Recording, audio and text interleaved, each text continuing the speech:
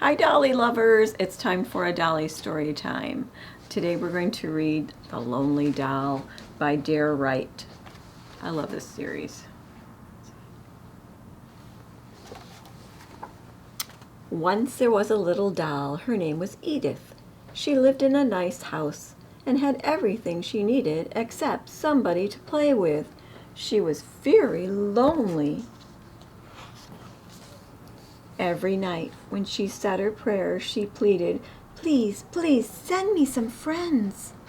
Every morning when she ate breakfast all by herself, she sighed and wished for company. Every day when she fed the pigeons, she'd beg, "Please stay and talk to me."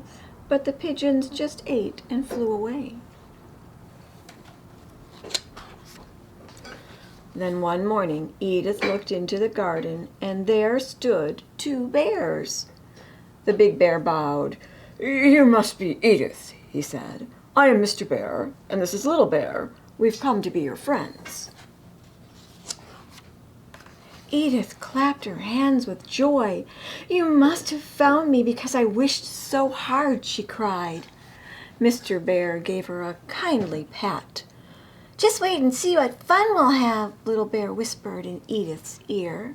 She had never met any bears before, but she liked them at once. From then on, Edith was never lonely again. Little Bear was right. They did have fun. Of course, Mr. Bear made Edith and Little Bear do their lessons every day, but there was lots of time left for adventures. When they were good, Mr. Bear took them to all kinds of interesting places. They went to the park. They went to the beach. They went fishing. But when they were naughty, Mr. Bear had to scold them because they got too dirty or climbed too high or went too far away alone. One rainy day, Mr. Bear left Edith and Little Bear home by themselves. "Now don't you get into any trouble," he said. "I hate rain," Edith grumbled crossly. "Why couldn't Mr. Bear take us with him? There's nothing for us to play indoors." "We'll find something," said Little Bear. "Come on, let's explore the house." They discovered a beautiful dressing room with a big mirror. Edith climbed up to look at herself and got very cross indeed. "My hair looks dreadful, and I'm tired of this old dress," she muttered. "Look what I found," cried Little Bear. "A whole closet full of clothes. Let's dress up."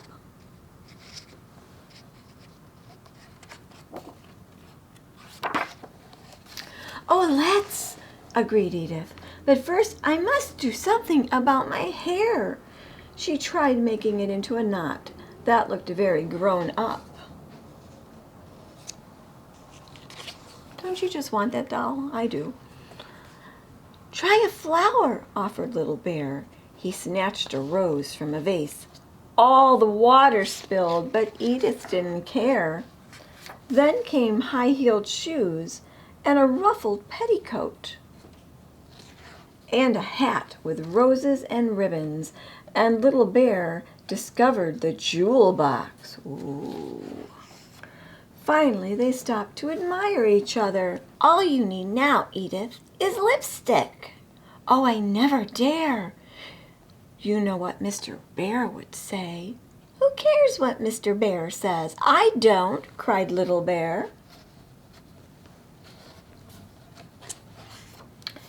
He grabbed the lipstick and scrawled all across the mirror, "Mr. Bear is just a silly old thing." So on went the lipstick, but in the mirror Edith saw Mr. Bear watching. "Just look at this mess. These things aren't yours, and you know you're too young for lipstick, Edith." I am not, and I don't care what you say anyway. You're a silly. I may be a silly, but I know when a naughty little girl needs a spanking. Little Bear couldn't watch. He was afraid his turn was next. He was right. Spankings for both of them. Now clean up every bit of this mess, and Edith, stop that crying, Mr. Bear ordered sharply as he left. But Edith went on crying as if her heart would break. Oh, stop it, grumbled Little Bear. Isn't it just like a girl to cry because she gets spanked? It's not that. I'm scared. Scared? Scared of what? Mr. Bear's so angry. What if he goes away and takes you with him? I'll be all alone again. Little Bear didn't like this idea at all. You stop crying, Edith.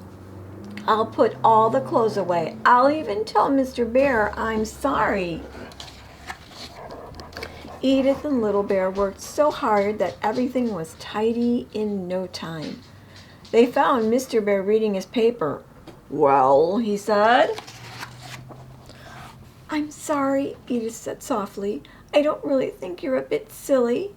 Yes, we're sorry, admitted Little Bear, and we cleaned everything up. And we won't do it again, declared Edith. Well now, in that case, I think perhaps we can forget all about it. Oh, thank you, Mr. Bear, cried Edith, hugging him.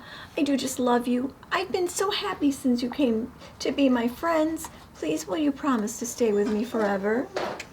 Yes, forever, promised Mr. Bear solemnly. Forever and ever.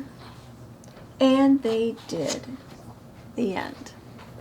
Here's the cover. I want her, and I want her to look just like that. That's what I want. Does anybody own an Edith doll? I have 2 other Edith books, so I'll read those the next time.